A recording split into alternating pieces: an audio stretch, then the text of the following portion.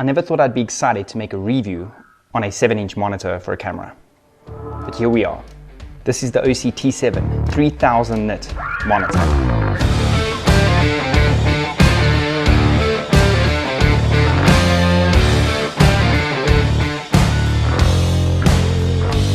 Welcome back to the channel. I hope this review helps you in making a decision into purchasing a monitor, and if it does, give it the good old thumbs up below. Now I'm going to break this video up into 3 different sections. Number 1, what makes the Osee monitor different? Number 2, why you need an external monitor. And lastly, number 3, is this monitor for you? But first, let me clear this up. A lot of monitors, when you're looking at buying them, do say that they are 4K. It generally has 4K on it somewhere, and they are not 4K.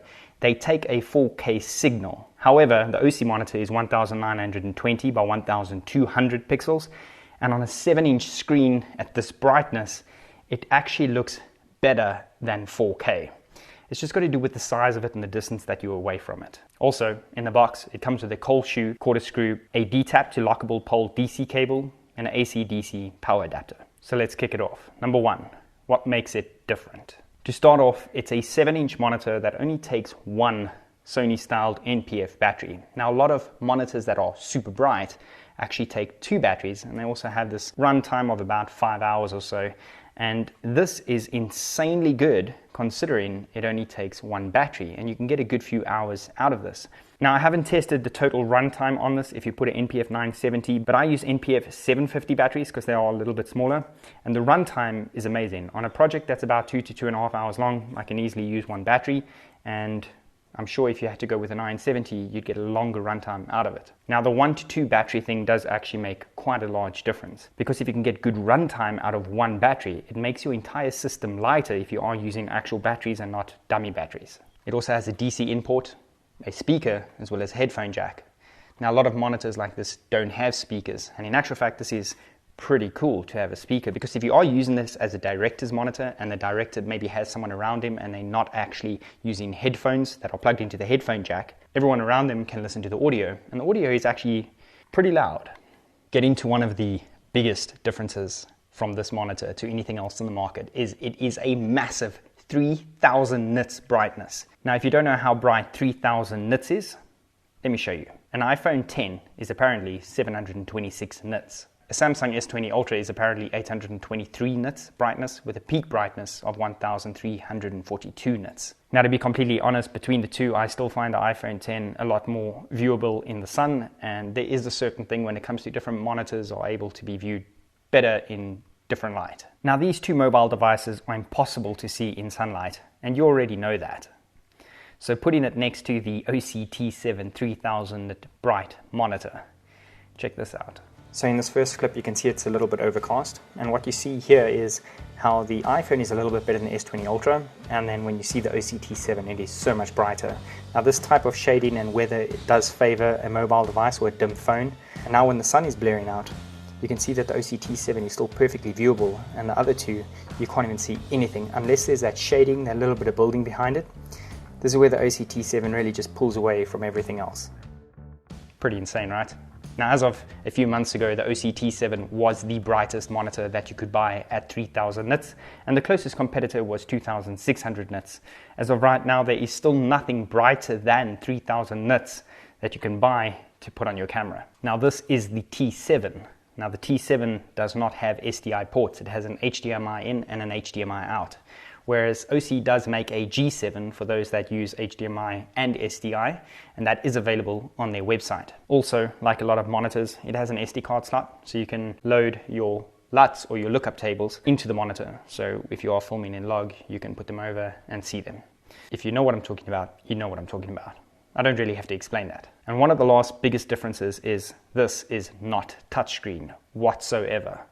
Now, if you're thinking to yourself, well, that's not a good thing because a lot of monitors are touchscreen. To be quite honest, Osee's onto something here. They've given you a little joystick that can be depressed, click it every single way, and they've given you an interface to work with that is actually super simple. The biggest issue with touchscreens and why I wouldn't recommend or like a touchscreen monitor is purely because of the fingerprints. As you know, with a mobile device, the more fingerprints on there, the more glare you get from the sun, and you can't see through those fingerprints, making the screen less viewable in direct sunlight. Now yes, you may assume that setting it up with touchscreen could be simpler, and I'm not going to deny that fact. This is pretty easy, but the thing is with a monitor is that once it is set up, you generally have what I'd probably refer to as pages. You'd have page 1, page 2, page 3, and so it goes.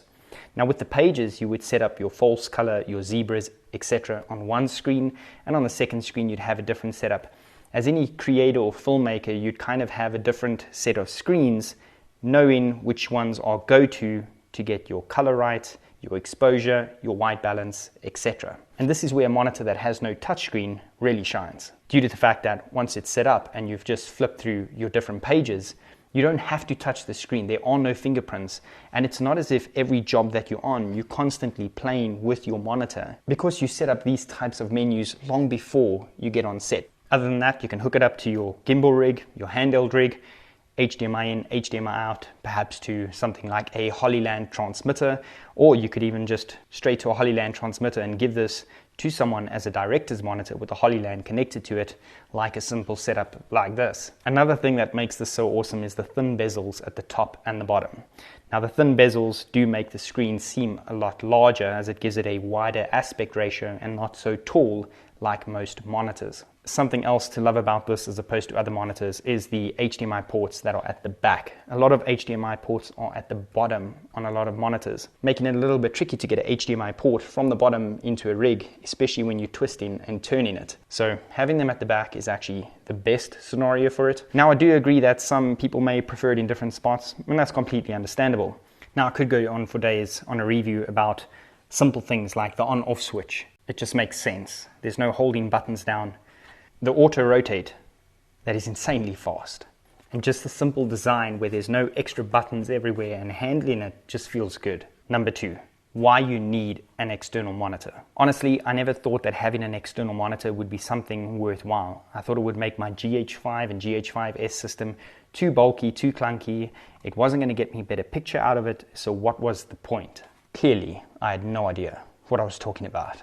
Using the Osee T7 changed that completely. In actual fact, my wife even believes that this is some of the best gear that we have, because when you view it and you film in, it just changes the way you look at how you film, the way you crop an image, everything changes. I don't know why. I have filmed hundreds of jobs, and for the life of me, I cannot understand how I made it before and how I battle now if I don't have a bigger monitor. The fact that you've got 3000 nits of brightness right in front of you, it feels as if you viewing it at home already on your editing PC, and it's there. The creative ideas just start flowing because you see the shot totally different, especially when you play it back. You can see if there's too much camera shake rather than trying to look on this tiny little screen on the back of your camera. It's truly a whole new way of filming, and I cannot express enough how awesome it is to use a bigger monitor. I know, it sounds weird, but it's the truth. Number 3.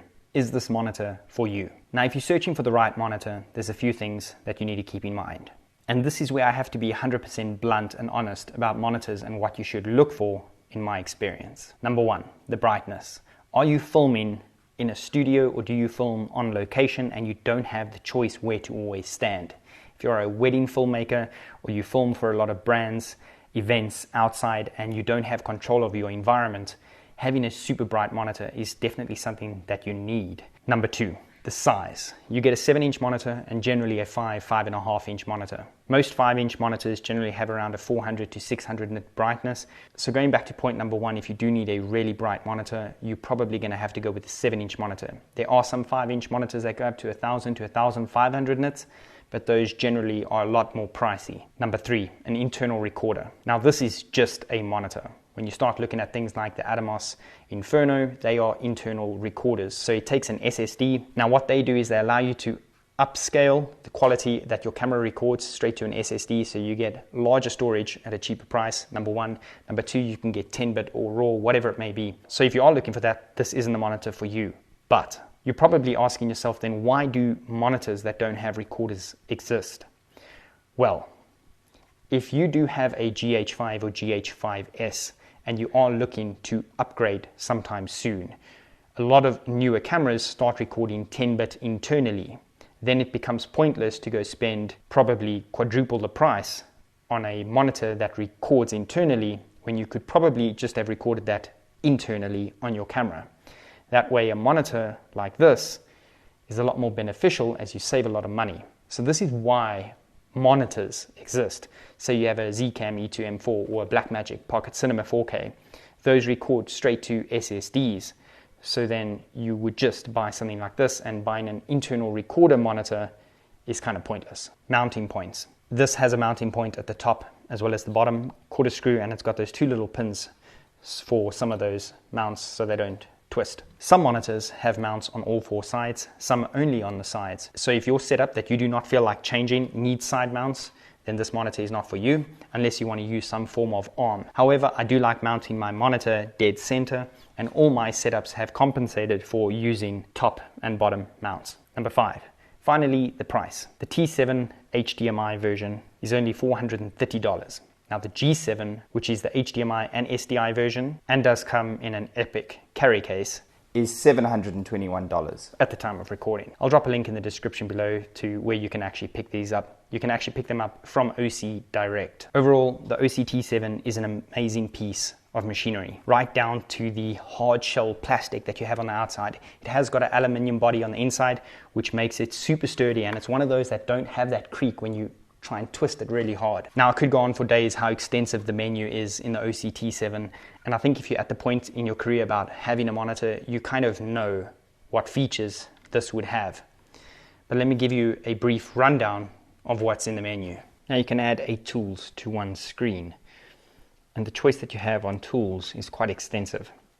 You've got your aspect, you've got your safe area, a center marker, crosshatch, a level, false color, zebra, histogram, waveform, vector scope, focus assist, peaking, your look, which is your LUTs, audio meter, SDI metadata if you have the G7, and then you can do the image resize on the scale. One thing to point out is that on every single item that you add, as an example, your safe area, you can toggle it on and off with a push of a button. You can also change the format, you can change the action, you can change the exact aspect ratio that you want, the title, and so it goes. Each menu that you do is extremely extensive. By toggling it on and off, you can select if you want it small, middle, large, as well as the location. So as you can see, it's insanely extensive and you can do exactly what you want. But the bonus is, like I had mentioned earlier and shown, is the different pages. So this is my favorite page where I have a safe area as well as a crosshatch with my center marker, as I'd like to film with rule of thirds. And you can see I've blackened the edges just a little bit with a bit of opacity to help me focus more on focusing the subject where I want them. And then flipping through the different pages just takes the tap of a button left or right. Now we'll drop a link in the description below direct to the Osee website when you can pick it up. It's not an Amazon affiliate link. I don't get commission or get paid to do sales on it. So take my word for it, this is probably one of the best monitors that you can buy on the market. So that's it from me. Wherever you are in the world, have a good day, good evening, good night. Goodbye.